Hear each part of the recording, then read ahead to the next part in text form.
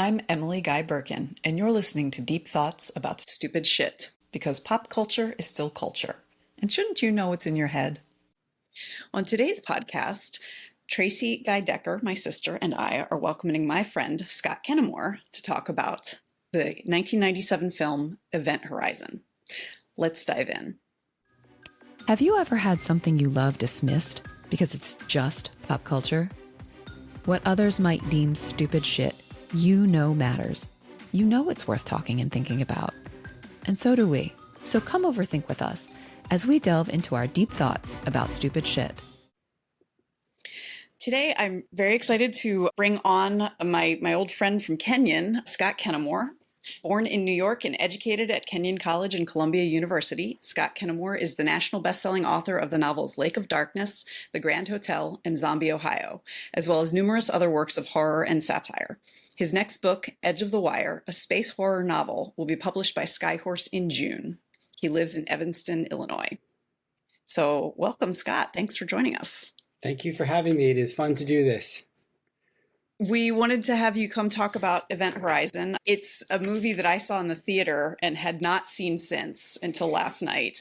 And I remember liking it when it came out. I remember it terrifying me. I also remember having a very philosophical conversation with my boyfriend at the time, my high school boyfriend, on the way home from seeing it that pissed me off. So even in 1997, I was having kind of philosophical conversations about the film. What I remember about it is the very bloody, orgy of death moments, and Sam Neill with his eyes gouged out.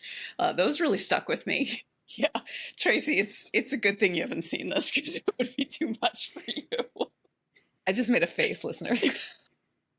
And I remember thinking at the time that you don't see much in the way of science fiction horror in terms of in deep space. So you'll see sci-fi horror of a kind, but Alien, even though it's horror, it seems more sci-fi than horror, whereas this is very definitively scary first and foremost and sci-fi second. And then the other thing I remember, but I didn't remember the details, was just how beautifully constructed the set design was in a way that was very, they just clearly put a lot of thought and effort into what this spaceship was going to look like. And it is unsettling, but really beautiful. So that's basically what I remembered before rewatching it. Rewatching it now, it was really clear just how many different major horror stories had an influence on this, including The Shining, which we just recently talked about. So, Tracy, what do you know about this film, if anything? Yeah, it's so funny when we first started talking about the fact that we were going to put this on the list, and I was like, that's a thing? I had nothing. I am complete tabula rasa. And in fact, I thought maybe I just didn't remember the name of it. And when I saw the actors or whatever, I would be like, oh yeah, that one. Nope, nothing. So this movie came out in 97, which was I did my senior year abroad that year for a semester. So maybe that's why I missed it. Maybe it came out while I was in London. No, it was in August. It was actually 2 weeks before I left for Kenyon. So I have no idea why I missed this, but I completely missed it. And all I can say is that the trailer alone, I was like, damn, that thing looks scary. Well, I'm not going to watch it. It's not your jam and wasn't then either. I love science fiction. I love space stuff, but just the trailer gave me chills. So anyway, so I'm excited to hear why this thing that missed me entirely is, worth digging into. So I'm going to turn it to you, Scott. What's at stake? Why are we looking at this thing? Sure. So I like this film so much. It is I always feel like I'm going to proceed from the wrong direction. So I don't really never know how to start talking about it. But what I like about Event Horizon and what is at stake is it addresses the question of what can be haunted or what can bring back something from another place that is dangerous to humans or maybe where humans shouldn't go. And what I love about it is it is essentially a haunted house story set at the edge of Neptune in outer space. And should I just sort of go through the plot, or what is? Well, Should yeah, I am going to ask you to go through the plot. So, but that's so what's at stake here, if I can just reflect this back at you, is sort of the idea of the supernatural and where it lives and what it can address. I also heard something about hubris when you talk about where humans should go. Yeah, so I think in my experience, and just tell me to shut up if I go in the wrong direction. But I There feel is like, no wrong direction. It's a I feel like, conversation.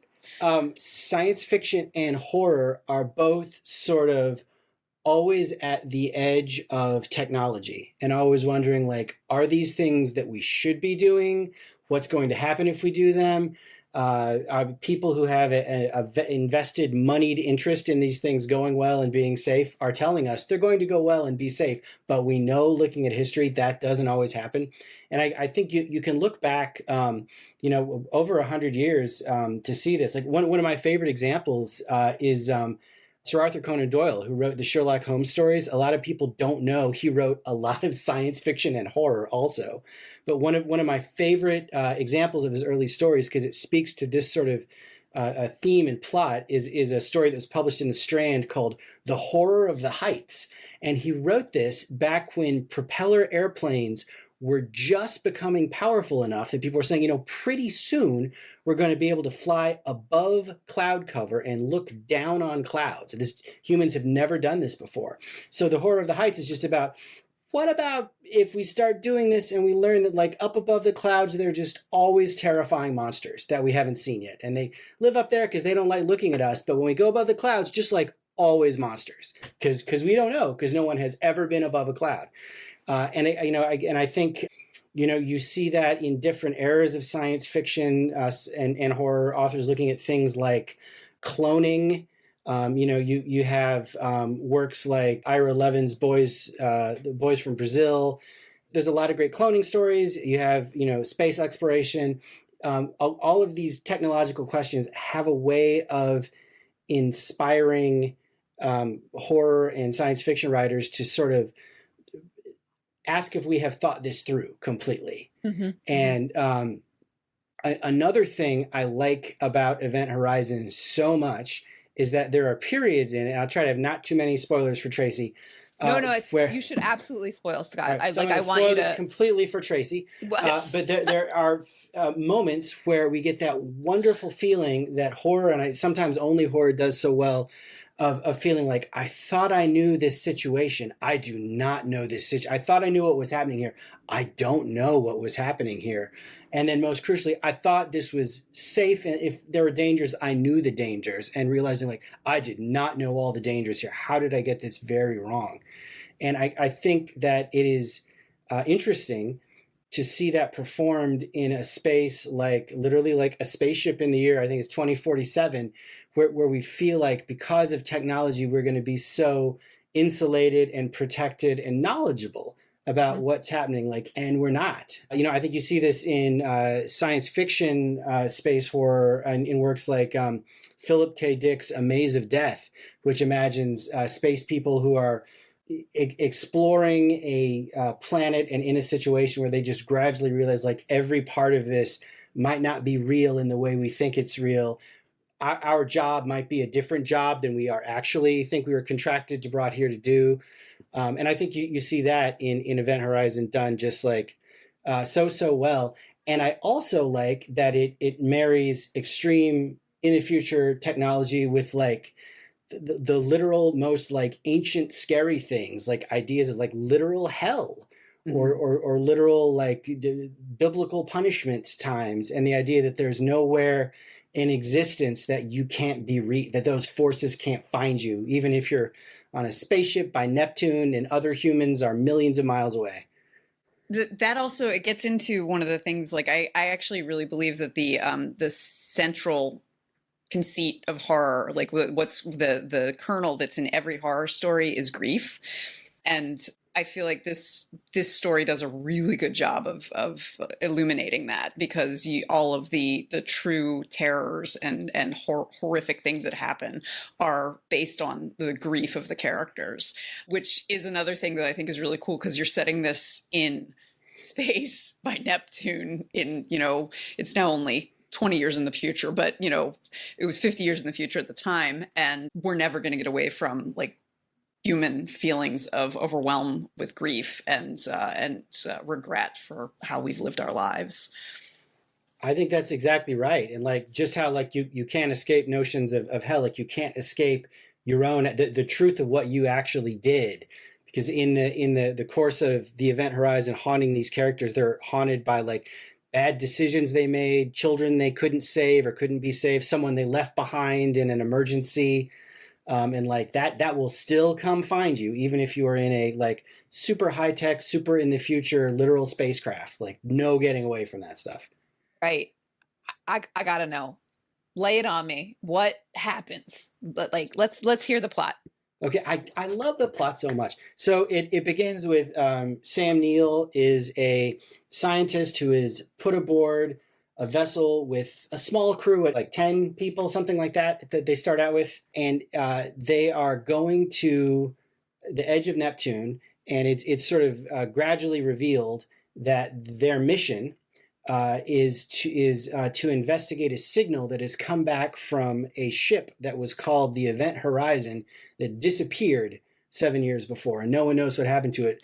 And it was designed using this new warp drive that could like bend space in a new way to allow for far distant travel. And I think they thought that, it just blew up, or the warp drive didn't work, or it's just gone. But they've received a distress signal from Neptune, and this small group of people has been told, they're like almost the only people who know, the ship is still around and we have to go see what's wrong. And Sam Neill, who seems to be the main character, is the designer of the Event Horizon, who sort of like knows its secrets and might know what went wrong. And Laurence Fishburne's character is the captain of the ship. And I think it actually, Event Horizon does something really interesting that the first Alien movie does, which is the first Alien movie, people forget, like Tom Skerritt got top billing in all the posters above Sigourney Weaver, and your sort of position is Tom Skerritt is the captain of the ship. He'll be the hero. And they're like, oh no, different thing. Only Sigourney survives, right? So as they discover the floating dead hulk of the Event Horizon, you slowly realize maybe Laurence Fishburne, the captain, is the main character. And how much do we know about Sam Neill, the ship designer? Can we really trust him? Is he really the main character of this? So they dock into the ship, and it's lost gravity, and there's like floating dried blood everywhere. And they gradually realize that the people aboard the ship have been killed. And at one point in these early investigations, they go to investigate this like special warp drive, and it's just like a beautifully constructed set. With this, like, I thought it was really good for the 1990s, of this like strange interlocking series of circles that can open up this mystery hole into warp space. And as they are investigating it, it sends off this unexpected sort of like pulse of radiation or an unexpected force that crucially severely damages their ship that they used to come find the Event Horizon, the Lewis and Clark, it's called. So I love that, because it answers the question, why do you have to spend the night in the haunted house? And the answer is, well, your ship is leaking oxygen. You don't know if you can fit. Unfortunately, we all have to go in the haunted house now. And from there, they sort of gradually realize that what most people would call supernatural things are occurring aboard the Event Horizon. Many characters see people who aren't there from their own pasts, traumatic events. And at one point, they're able to discover the ship's log of the Event Horizon original crew. And in the course of hearing the original distress signal from the Event Horizon, there was like scrambled language. They couldn't tell exactly what was being said. It was a distant signal, but someone thought that the distress signal might contain the word "save me" spoken in Latin, something like that. But they realize later that it's actually someone saying, "Save yourselves from hell." And then like, don't come. You thought you were saying come here. The ship was actually saying don't come here, and they begin to see snatches of recordings that would seem to be, and this is where maybe it gets a little bit subjective, but what most people might consider like hell to look like, sort of like a Clive Barker Hellraiser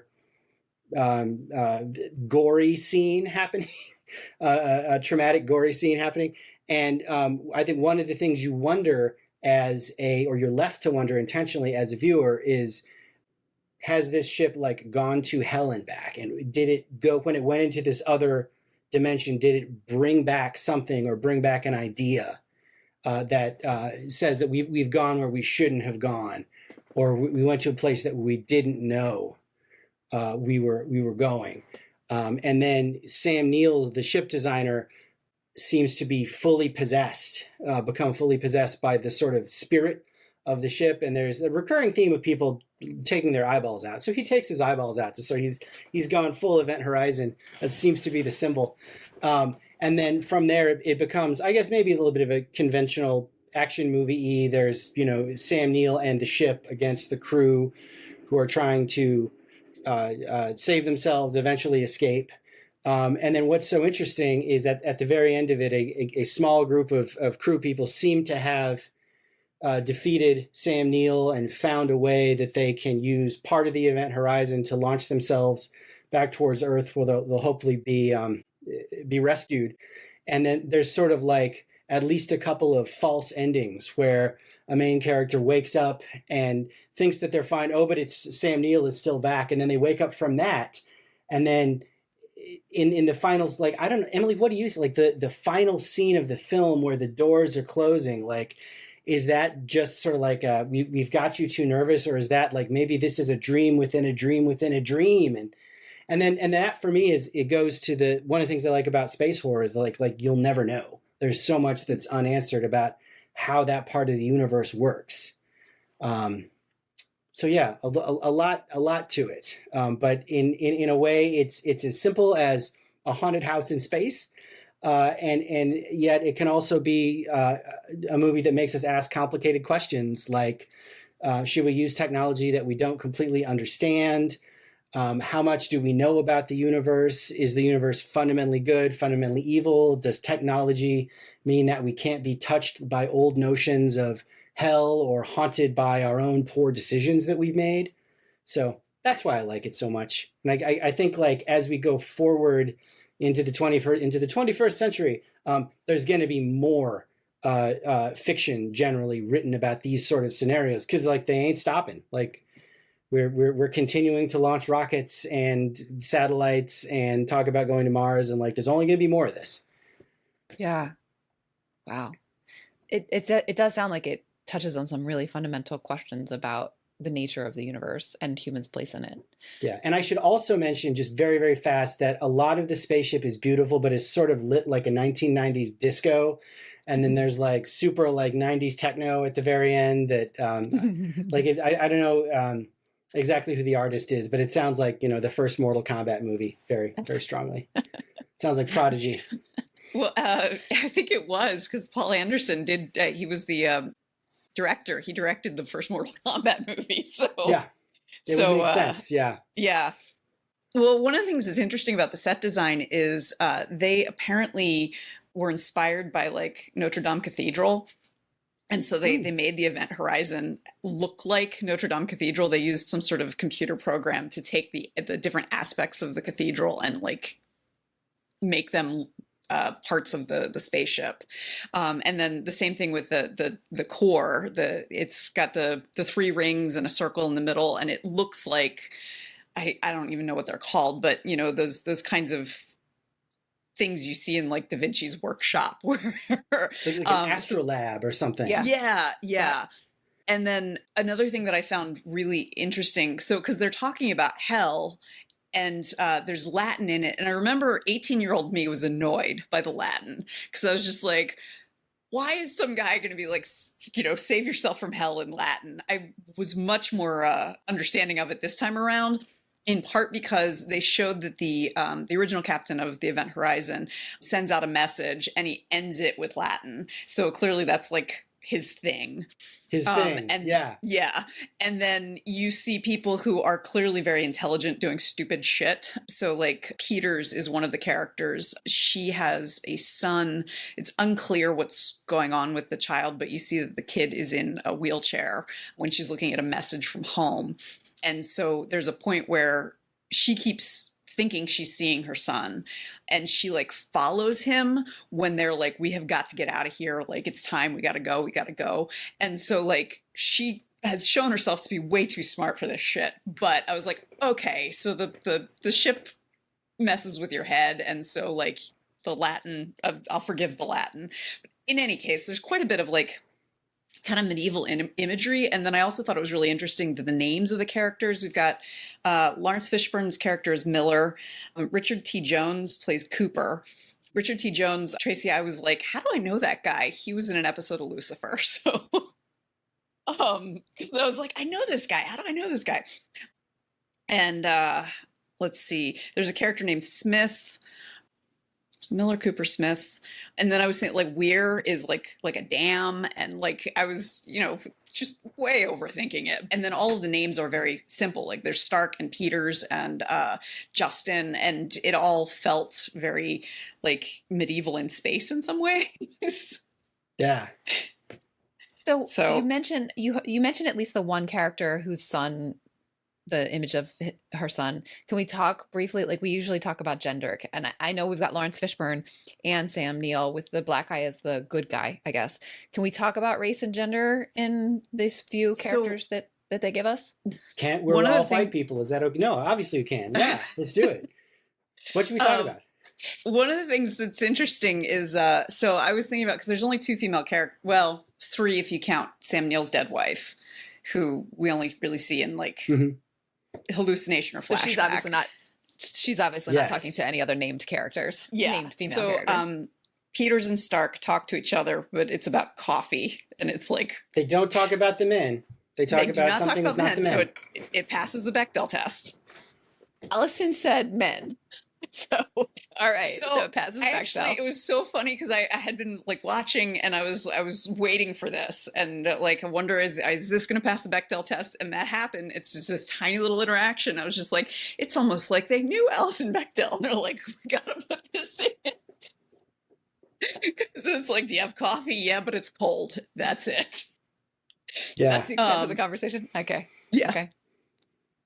So, but something that I do find interesting is like, I feel like it in some ways subverts the expectations of horror, because in horror, you expect the black guy to die and you expect the young, attractive woman to die if she is in any way shown to be sexual. And so the only two women we've got, Jolie Richardson plays Stark, and I can't remember her name, but Peters, who's the one who has a son. And so like the motherly woman is the one you'd kind of expect to survive. And then Laurence Fishburne doesn't make it, but Richard T. Jones, who is also a black actor, does. And Stark, who's played by Jolie Richardson, also survives. So like the young, attractive blonde woman. Yeah. Okay. Cool. Mm-hmm. Theoretically, like the ending is ambiguous, and although I think it's clear the ship still has them. But I think it's... But she makes it to the end of the movie. She makes it to the end of the movie, yes. So I thought that was kind of cool, just because like you were saying, like the expectation, you go into this thinking Sam Neill's the main character. And in part because this is only a couple years after Jurassic Park. And he played Alan Grant in Jurassic Park and was very much the hero. And so like part of what stuck with me when I saw it originally was how unsettling it was to see like, avuncular Alan Grant become this playing villain. against type. I've heard that's called. Yeah. And that was apparently intentional on Anderson's part. Like I did a little bit of reading, and he was like he wanted to play against type with that. And he's unsettling from the beginning, but at the beginning you're like, okay, he's just grieving, but no, he's scary. Yeah. There's that subversion to Laurence Fishburne as being like the actual protagonist, and then the fact that we've got these other two characters who are the ones who make it. Yeah, no So- question. When I think about race and gender in this film, I was thinking about how like the two characters who do survive, like one was the male was sort of sexually harassing the female at the beginning of the film, and then it's like I'm trapped with my harasser now. But it, maybe in the 90s, what would have gone before an HR department was not the same as what we have now. But that's something I think now, watching it in 2024, Yeah, for sure, compared to the 1990s. That's really interesting too, like the sort of meta of like if this ship puts the people in its power in hell, that sounds like a kind of hell to be Sure. trapped with one's abuser, harasser. Sure, and Wow. then the other thing that I think about with race and science fiction a lot is have we chosen to write a science fiction world like where race still exists? Because lots of science fiction is written from the point of view of you're far enough ahead, everyone will make babies with everyone else, and then like there just won't be race. And so Right. like for me, that brings up one example is like Philip K. Dick has a novel called Dr. Futurity about a physician in California who's magically transported forward in time.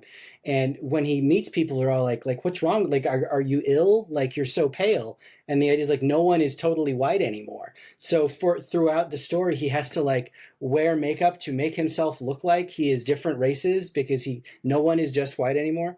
But I feel, so this story is like, it's in the future, but it's not like so far in the future. Mm-hmm, mm-hmm. So I heard a lot about subverting expectations, that is sort of the through line for this film. I'd love to hear more about that in terms of like what is so satisfying about it. And you can take this however you want, story construction or emotionally or whatever sort of is alive for you. But I'd really love to hear more about subverting expectations through this movie and the sort of bigger implications of that. Sure. So I guess for me, one expectation that is subverted is what can be haunted. And I think I mentioned that a little bit before, but I feel like there are notable works of horror and science fiction where like we don't really think of a thing as potential as potentially being haunted until it is. Just things like like the Stephen King novel Christine, like a haunted car seems like sort of a quaint, silly idea, but he did it really well. And now it's sort of like, oh, obviously, like, a car has a mind of its own. One immediately says Christine. And I think that and again, I apologize if I'm repeating myself a little, but the idea of a haunted spaceship is so appealing because we think of things like the space program and the technology that would enable interstellar travel or just interplanetary travel as being it has the aroma of something that would dispel myth and dispel the unknown. And it's sort of like being in a doctor's office. Like we have all the answers, all the machines are beeping. There's nothing we're unsure about. And I feel like I'm always cynical of people who have like one grand unification theory for horror. But I think a part of it is always like we were wrong about something. We thought we were safe and we weren't. We didn't know. And it can be something as simple as like, I'm really sure that this bunker is zombie proof. And there's no way that a zombie that's just like a head and some spinal column can slither through like a snake and then drop down from the ductwork. I'm really sure that can't happen. And then it does. But it can also be like really, really big things. Like I'm really, really sure that ghosts were just something that primitive humans made up to explain the unknown, and that must be why we haven't seen one in a while. Or you go to cosmic horror, and it must be the case that humans are the most evolved animal, and it couldn't be that there are other creatures that are just sleeping under the ocean right now, but going to come back soon that are like way ahead of us, and we're basically their pets.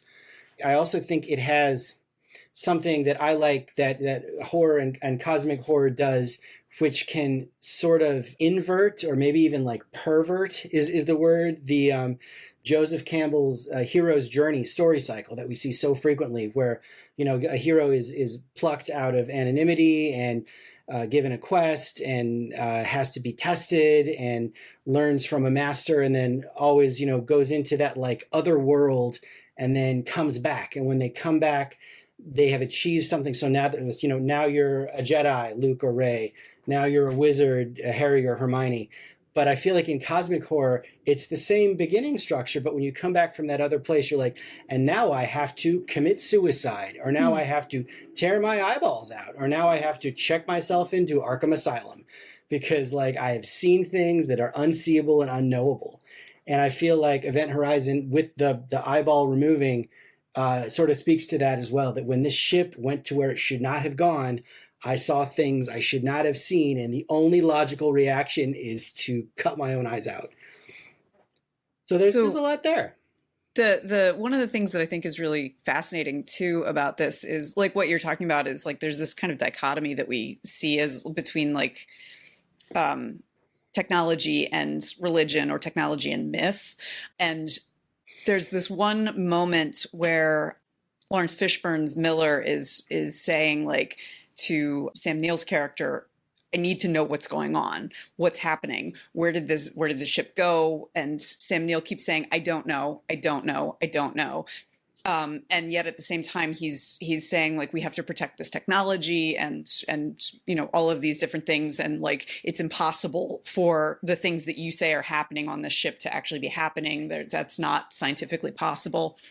And so I thought that scene was interesting because it really underlies how little we do know. Like we have this, it's that sense of hubris. Like we do have this sense of like, yeah, we can clone a sheep and we can create AI and we can, fly to the moon and all of those things. And so like, we got it all covered.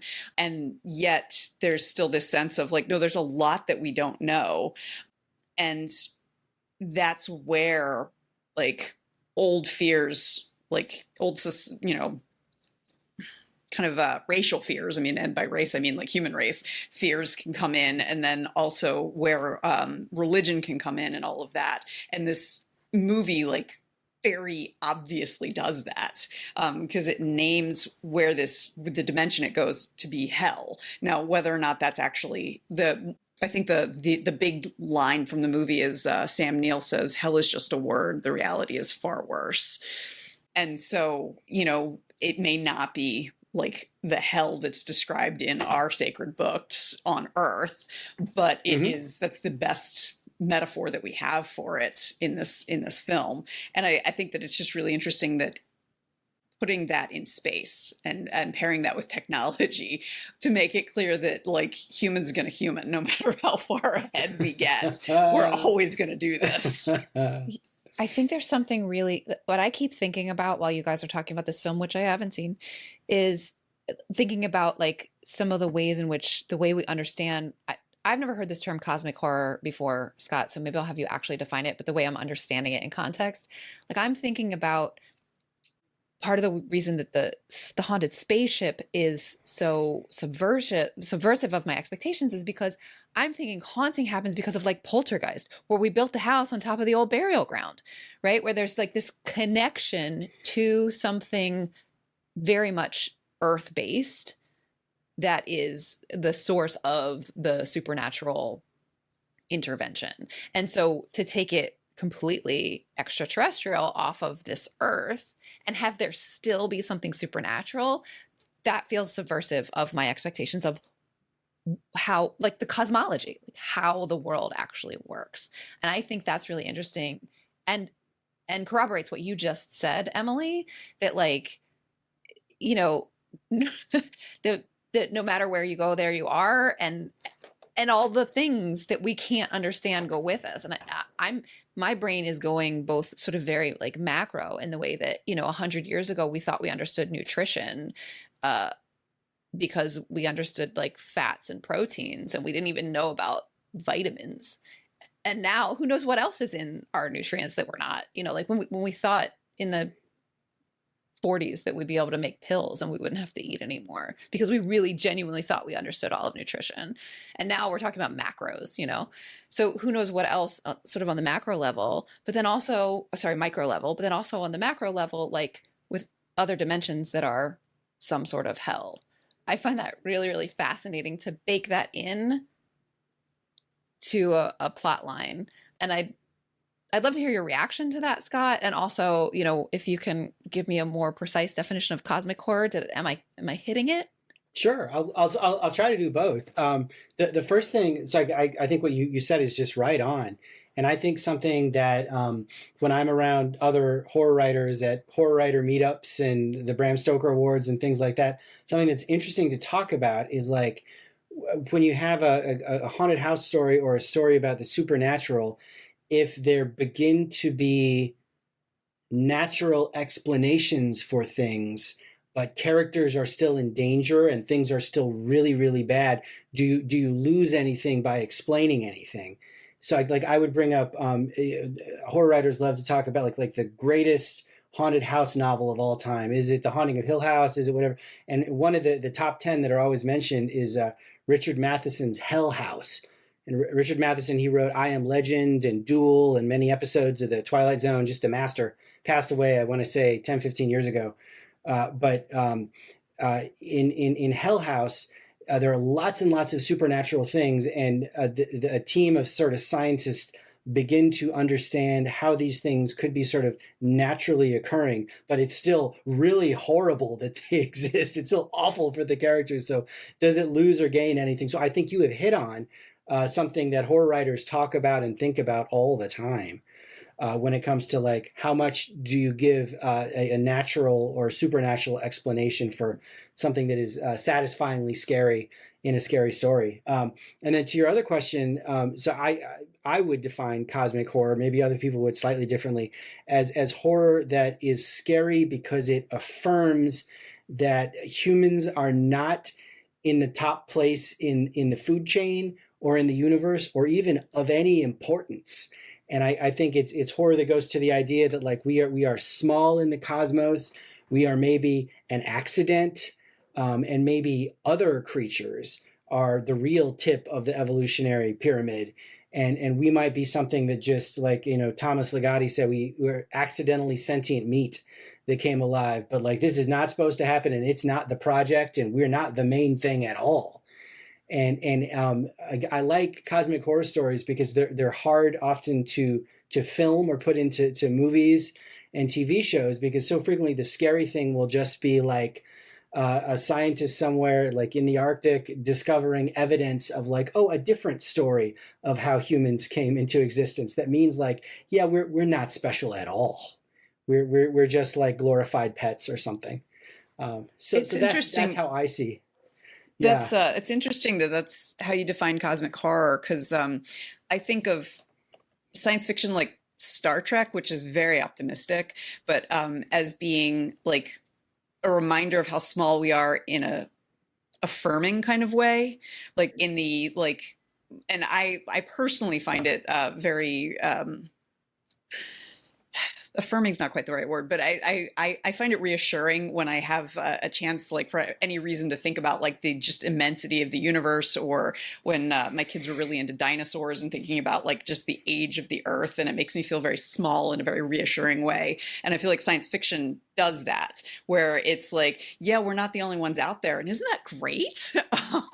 Whereas like cosmic horror is the like, we're not the only ones out there, and that's terrifying. Yeah, isn't that not great? Yeah. Yeah. And that's like, I find that really interesting because again, that has to do with kind of the science fiction is often optimistic. And maybe that's just because I cut my teeth on optimistic science fiction. Tracy and I grew up with Star Trek and I don't know, like trying to think of like Day the Earth Stood Still and stuff like that. I mean, that's, but I do feel like science fiction kind of veers into horror once it starts going like, and we could be friends or not. That's when it starts to be scary, is when we start thinking of like the cosmic implications of like, what if they treat us the way we treat lesser creatures? What if they treat us the way we treat each other? And that's when it gets really kind of terrifying. Yeah, I think you've hit upon something I find super interesting, which is exactly how optimistic and why certain science fiction authors choose to be. Like, I would say I probably read Ray Bradbury and Philip K. Dick the most. And they start off, as you might say, they can seem very similar. They're both sort of writing during the same golden age of science fiction, both born in the Chicagoland area, both then moved to California. Very similar, but I think you begin to see differences along the line of like Ray Bradbury, totally uninterested in sex and drugs, both in his personal life and as his fiction. He did a lot of script doctoring. He would famously like turn away scripts with sex and drugs in them, and yet insanely positive about what technology is going to make possible. Like if there are villains in his science fiction story, they're like humans who've perverted the technology, but the technology itself is going to be so great. We're going to learn so much. It's going to be so existentially satisfying. And existing in contrast to that, Philip K. Dick was very interested in sex and drugs in his personal life and in his science fiction writing. I think, sadly, that's probably why he passed away in his 50s from drug use and Bradbury lived to his 90s. But also, Dick was like very, very skeptical about, will this all be good? And when I can't tell the difference anymore between a real sheep and an electric sheep, or my real girlfriend or boyfriend and a fake girlfriend, like, is that a good thing? When I'm able to alter my memories seamlessly, so I think I really took a trip when I couldn't afford to pay for actually taking that trip, like, is that a good thing? I'm not sure. So you have hit upon something that I see a lot when I'm reading science fiction writers, my favorite science fiction writers, and thinking about like, what are the patterns I see and are they connected? So yeah, I don't know if that's useful. Yeah, no, that's fascinating. I think that's really fascinating. Thinking about like, it's just it's a frame. It's a lens. Like we're looking at the future, and are we looking at it with an optimistic or a pessimistic, sort of cynical lens? I think that's the wheels are spinning. That's why I was a little bit there's quiet. also the kind of like the reiteration of the sins we're already committing. Like, have you both seen Ex Machina? No. Yes, I have. It had Oscar Isaac in it, and I can't remember the other guy's name. So it's a near future sci-fi where Oscar Isaac plays like a Jeff Bezos type guy, and he has created androids that are women that are completely indistinguishable from human beings, and he basically abuses them as sex robots. And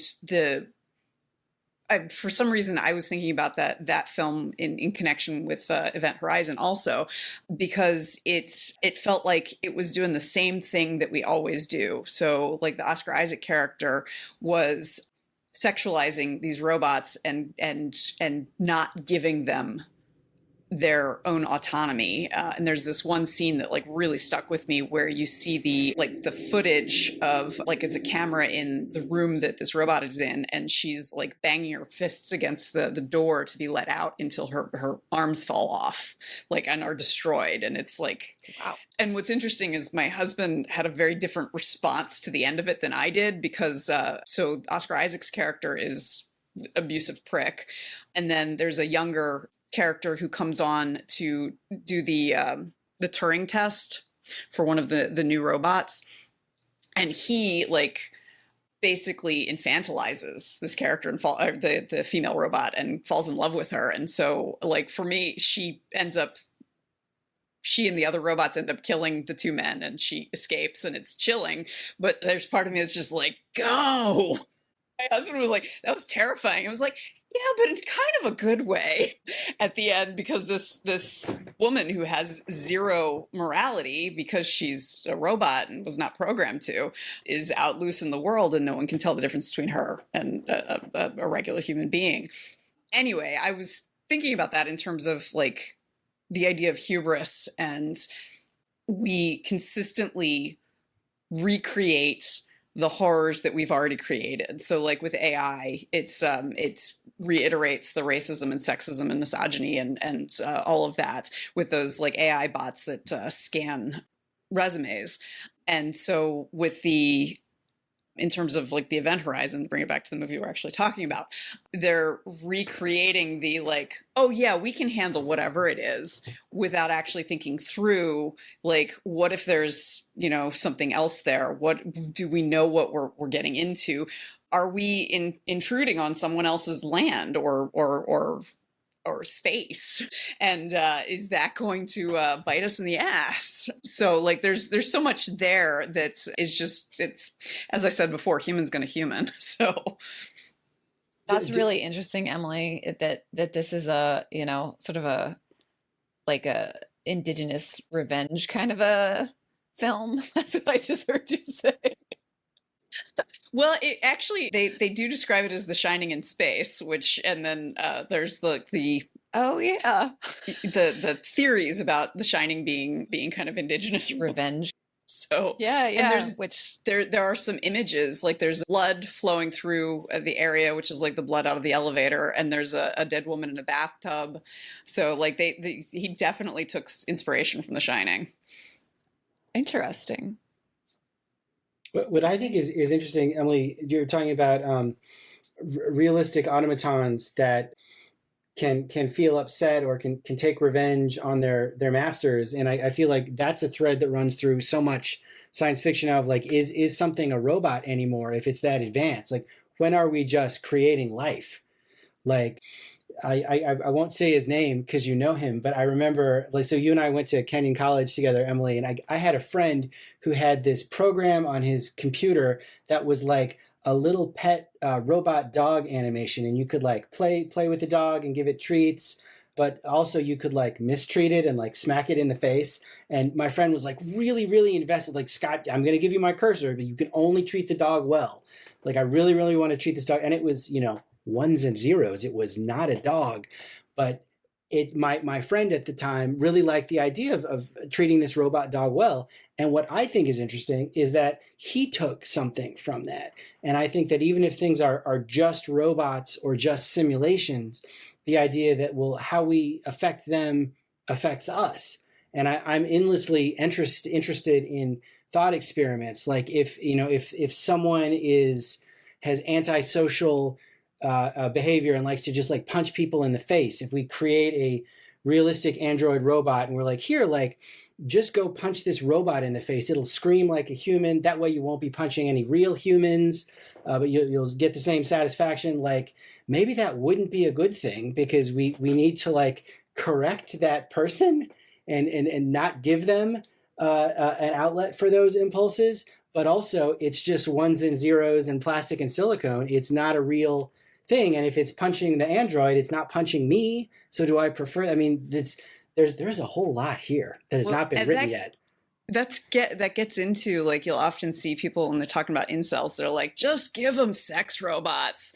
And it's like, that doesn't actually solve the problem. You know, like, don't know. I'm really not okay with that idea. Yeah. Like, so I definitely feel that. Yeah, like, are you giving up on a person if you give them something like that? Like, you are hopeless and worthless, and there's no point in trying to help you evolve as a person. Is that the best thing to do? I don't know. Write novels about that, make movies about that, because those are big questions that aren't going to go away as this technology continues to evolve. It's really interesting. You know, what you two are talking about right now is actually about the difference between intention and impact, right? So by giving the sex robot to the incel, you're removing the impact, but you're not doing anything about the intention. And so the question Scott is asking is like, is that enough? I think that's really, really interesting.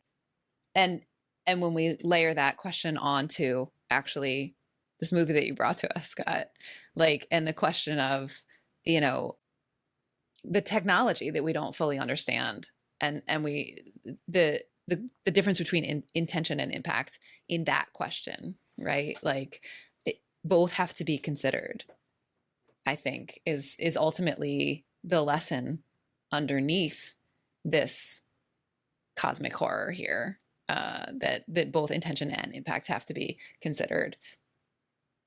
I agree totally. And I also think there's in less sexy examples, but there's still a lot of technology that's like being used right now that, like, if I'm honest, I'm not sure I totally understand. Like, I know that quantum computers are coming. I've read a couple of books about quantum entanglement. I've watched YouTube videos about the double slit experiment. I kind of understand what that is, but everyone is saying, like, right now, Google and Microsoft, and like, it is a quantum computing arms race right now. I don't really understand what that's going to do, what gateways that will open. I don't think most people do. I think most people just want faster movies, and Fortnite will be a little quicker and clearer or something. You can also get to stuff that we do kind of understand, like just when Zuckerberg was creating a online way of rating the women at Harvard, it never would have occurred to him that it would affect like politics in Myanmar. And would cause people's deaths. So like that's the sort of thing where it's like that intention and impact is like so completely divorced from each other. And the reason why I think Zuckerberg is a supervillain is because he doesn't seem to care. Whereas I think someone who actually had some sort of conscience would be like, okay, let's dial this back. Although who knows, maybe that's why he's doing the whole like metaverse. I don't know. But yeah, that's like, anytime we have new technology, there's no way to think through all of the implications of it. And so like everything is all about unintended consequences. And some of it has to do with how you handle the unintended consequences. And what's really cool about Event Horizon is, like, you see in Laurence Fishburne's character someone who is eminently rational, and once they're like, okay, we got to get out of here as soon as Lewis and Clark is fixed, we're going. And Sam Neill's like, no, you can't leave this, and you can't just leave this here. And he's like, no, I'm not going to leave it here. We're going to get far enough out, and then I'm sending missiles to it and destroying it because it needs to be destroyed. Yeah. So we've been talking for a minute now. Scott, I want to make sure that you had a chance to share the insights or questions or whatever about this movie that you came on today to share. So is there anything that we haven't talked about that you really want to make sure that we cover? Just so the only thing I can think of is that I also think this question of, like, should we pursue this technology? We're seeing it right now with large language models and Chat GPT and AI. And, I don't have to take you through the whole like mutiny that almost happened at Chat GPT. There are groups that call themselves accelerationists who just like we have to, like, this technology is going to happen no matter what. The best solution is that good people are the ones driving it because the toothpaste is out of the tube and this has to happen. And not everyone agrees with that. But every time someone's like, let's do this slowly and thoughtfully, and let's consider if this program for ranking hot women at Harvard could one day be used to create political unrest in Myanmar. Like, those people consistently, right now at least, are getting kicked out and losing. And the winners are just like, no, as fast as we possibly can. It's a race, gotta beat the other guy. And that's the environment we're in right now. And I think that is just the last reason I'll add that we're entering a time when cautionary tales about unknown technologies are not totally useless. Are not totally something to not think about. Yeah, I'm thinking about Alien, and Sigourney Weaver's character who was like, I don't know if this is a good idea. She's the only one who survived. Yeah. Okay.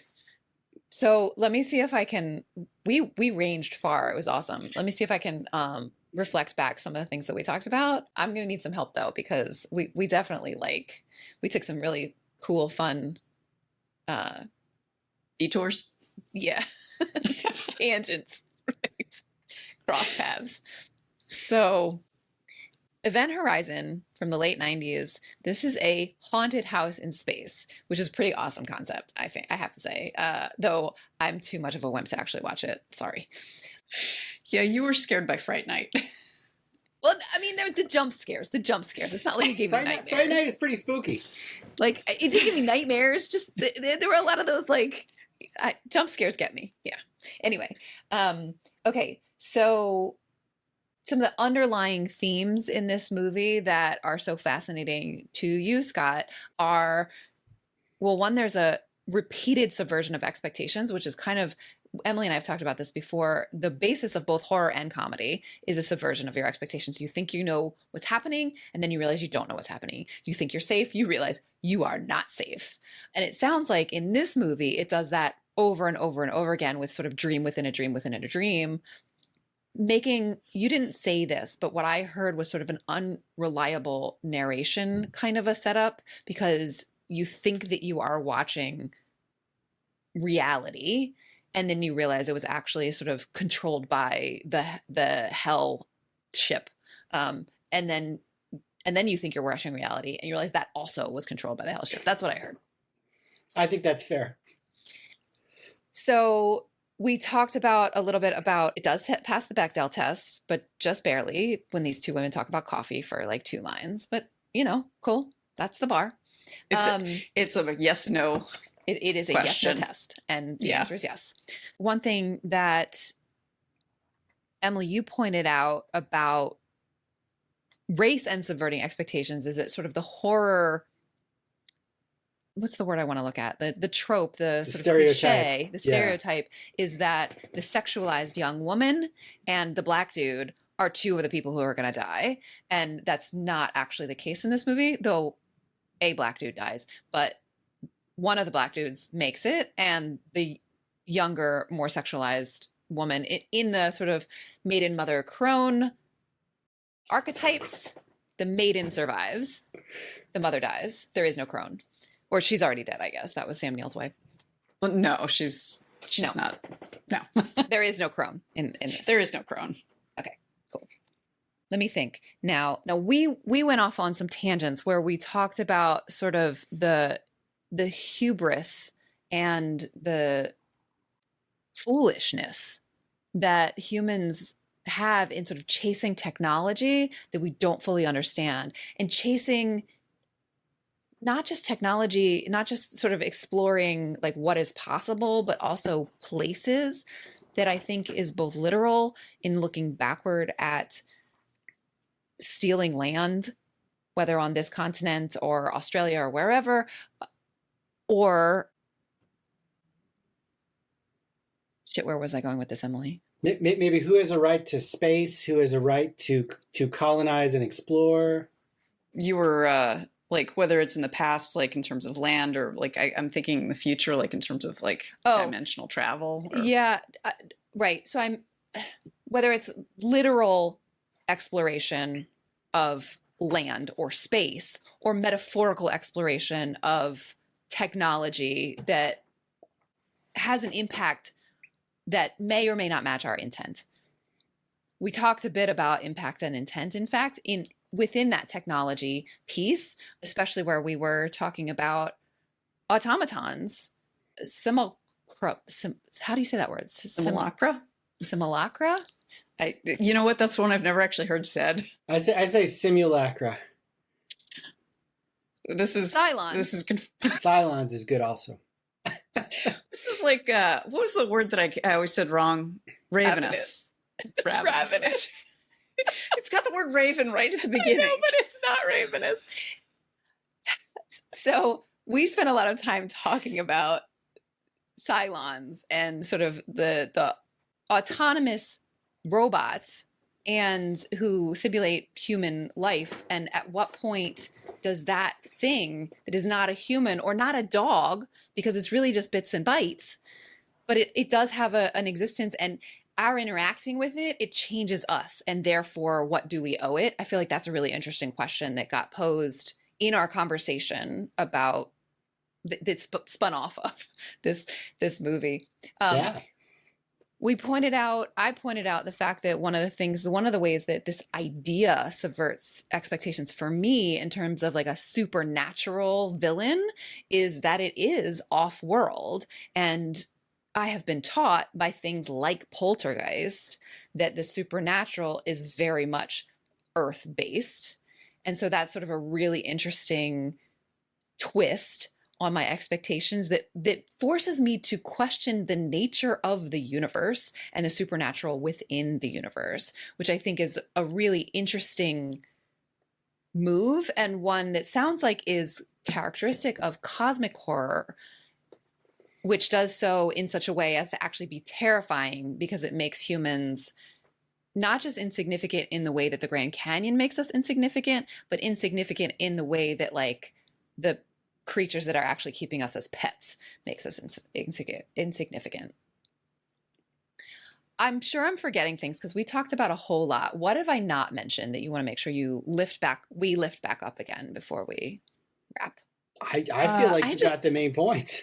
Yeah, the one thing is that kind of exploring that dichotomy between like technology and like religion or mythology.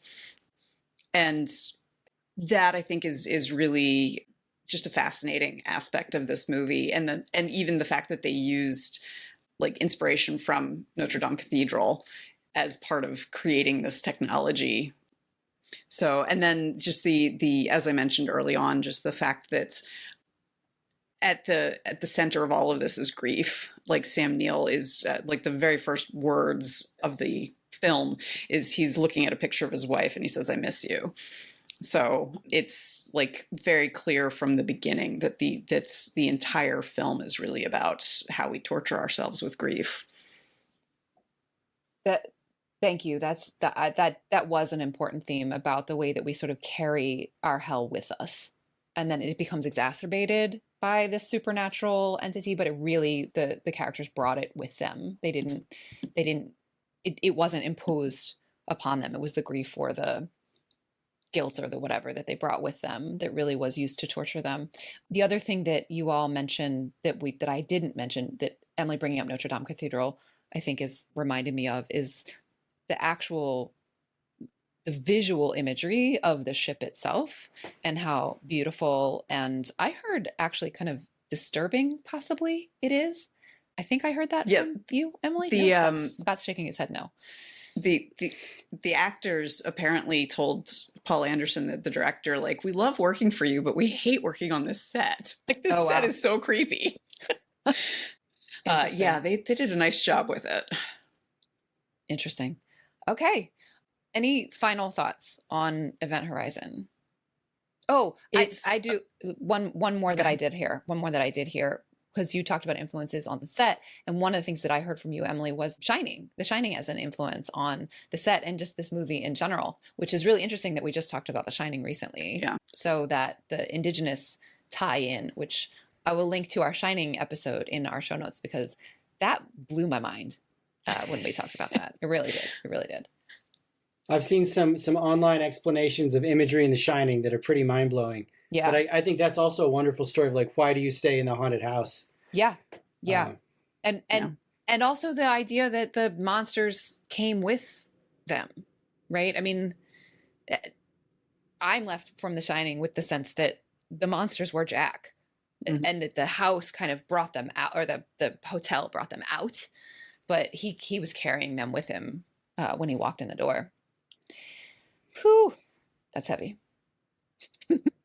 That's usually how we end these. We're like, all right, and that's ruined our childhood. Or, whoo, that got dark. I'm glad to help with that project in my own small way, my tiny contribution.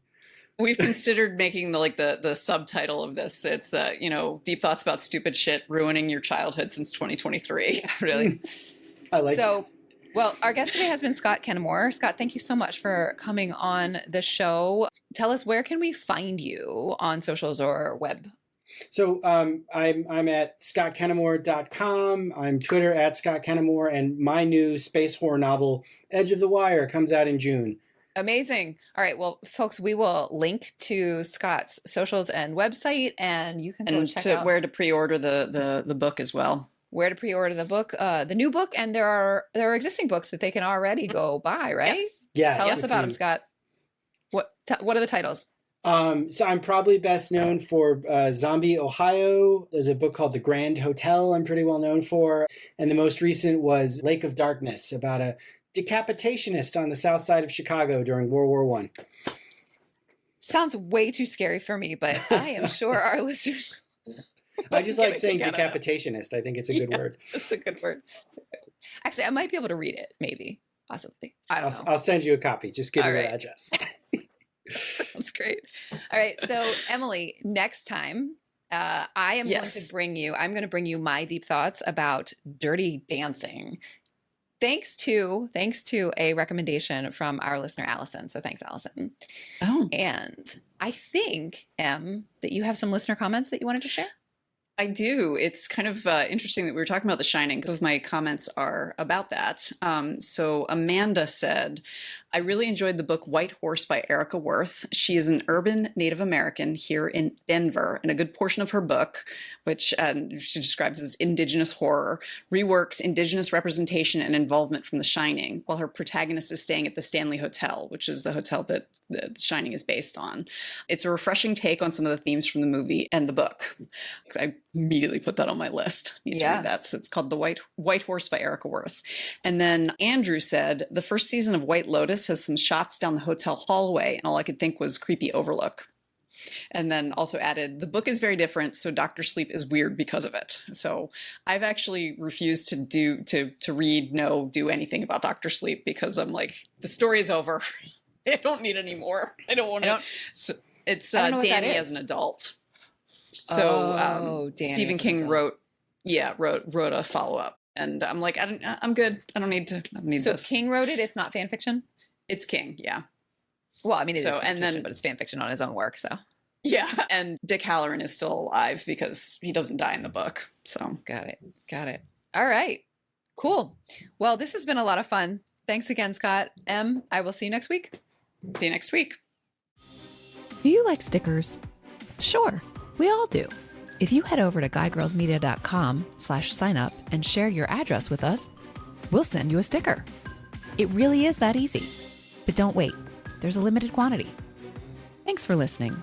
Our theme music is Professor Umlaut by Kevin MacLeod from incompetech.com. Find full music credits in the show notes. Until next time, remember, pop culture is still culture. And shouldn't you know what's in your head?